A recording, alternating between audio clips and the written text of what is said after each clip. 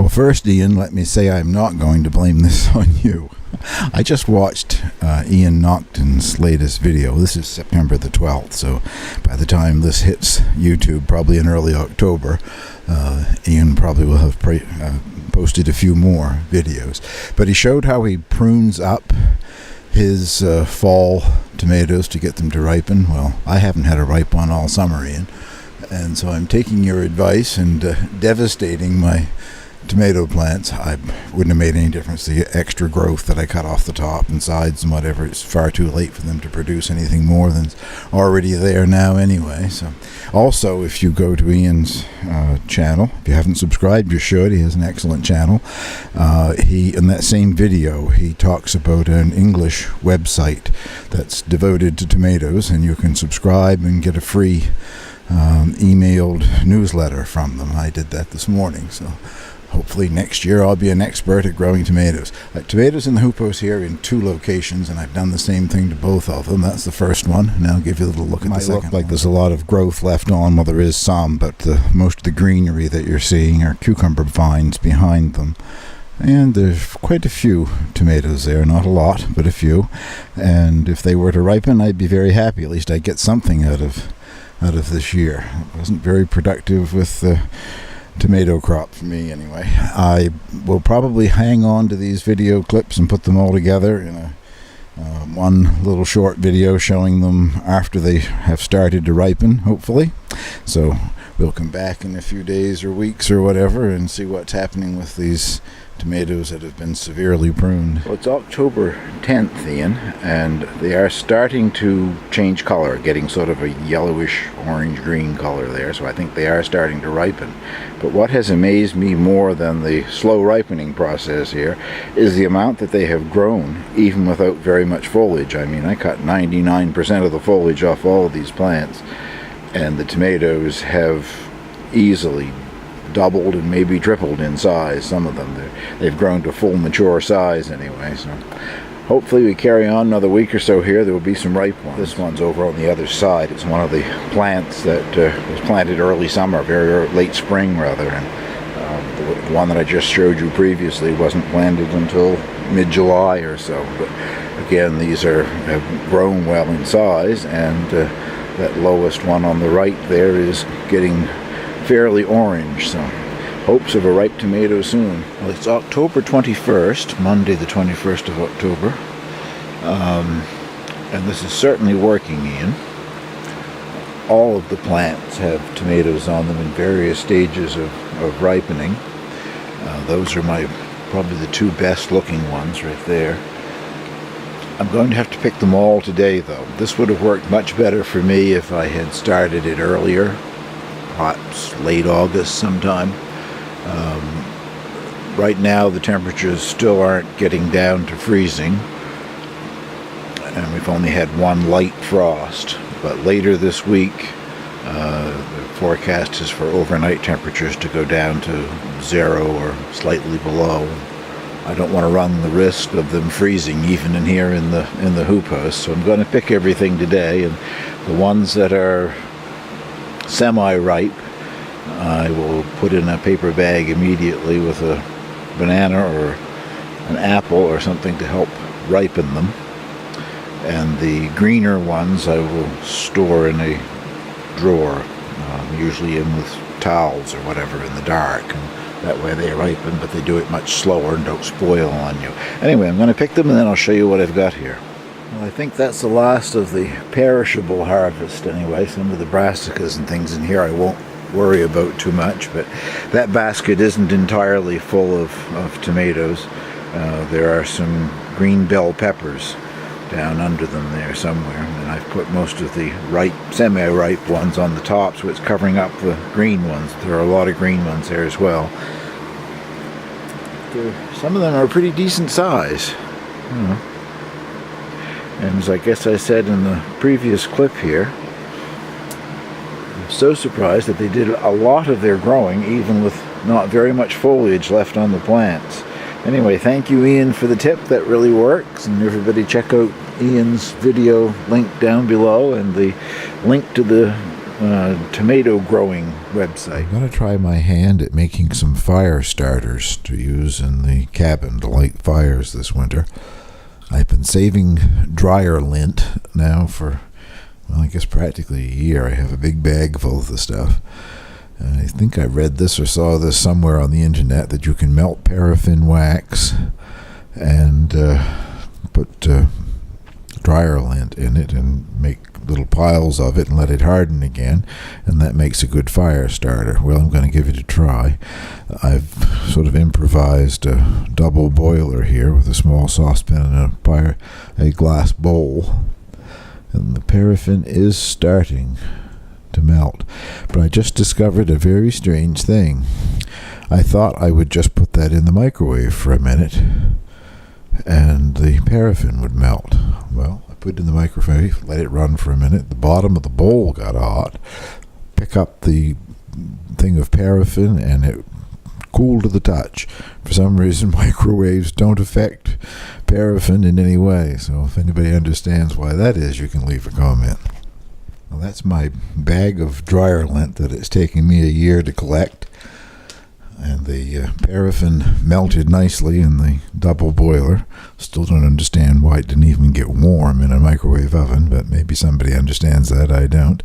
Now I'm going to give it a try and make a few globs of dryer lint and wax. I just have a cookie sheet there with a sheet of parchment paper on top of it so that it won't put wax all over the cookie sheet.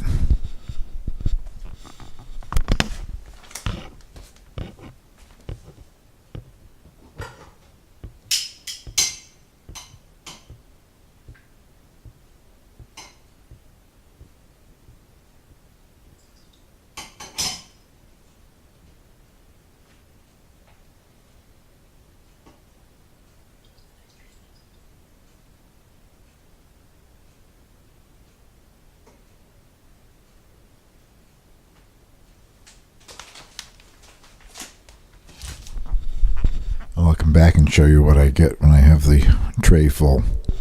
Well, I made 17 various shapes, sizes, and colors. They still are in the process of the paraffin resetting, hardening, whatever. So after a while here, we'll give it a try with a fire.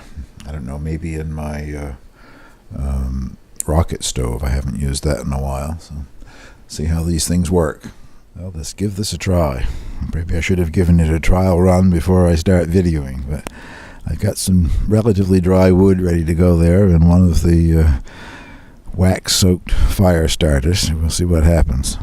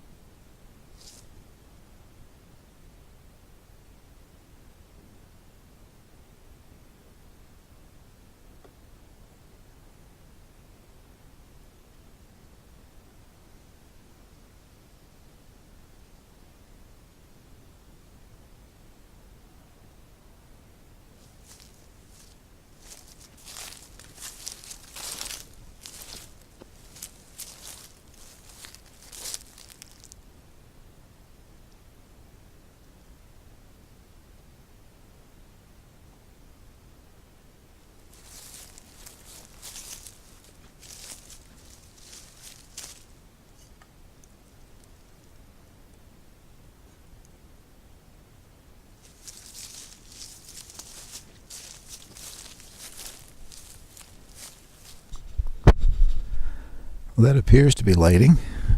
I won't keep running the video. I'll come back in a minute and show you what it looks like. Well, works really well. I hope it works as well in the wood stove in the cabin, but you can see this fire coming out the top there now. That's the rocket effect happening. So I'm going to put a wok with some oil on there to heat it up and go make my tempura batter here.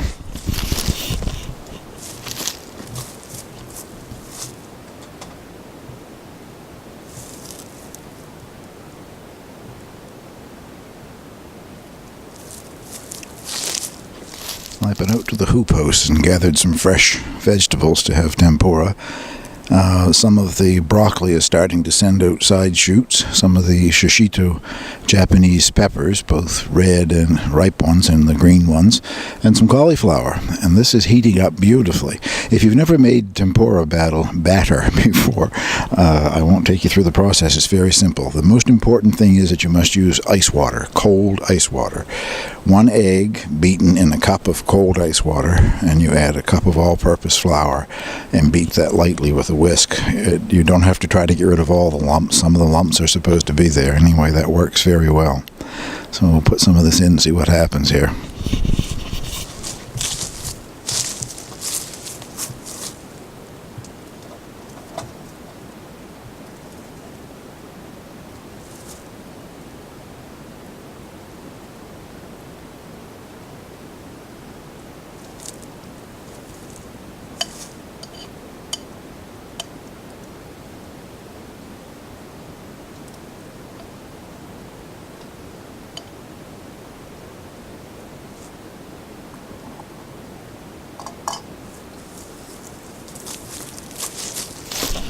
Bring you back and give you a look at it frying and show you the finished product in just a second. The batter is very light and just barely adheres to the vegetables.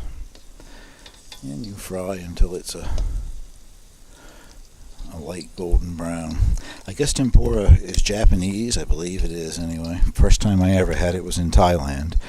And the group that I was traveling with, we tried to get it in every restaurant afterwards. It was amazing. They used to serve it as an appetizer.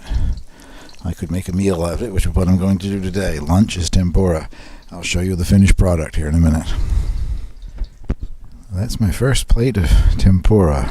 Broccoli, cauliflower, and the shishito Japanese peppers. I'll give it a try here.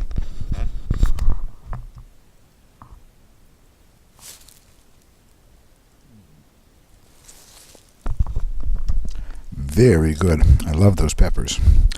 Well, that ends this little segment. We'll move on to something else, I guess. Well, this is up by the roadside with my wild grapevine.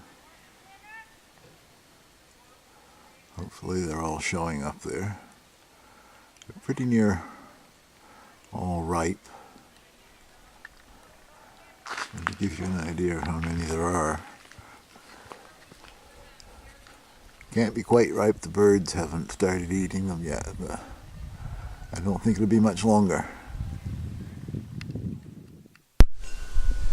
A lot of winds. I hope he doesn't get blown away or she doesn't get blown away. Blue and green. 4 wings. A dragonfly, but look at those eyes if I can zoom in any closer on them, if this thing not going all blurry or not.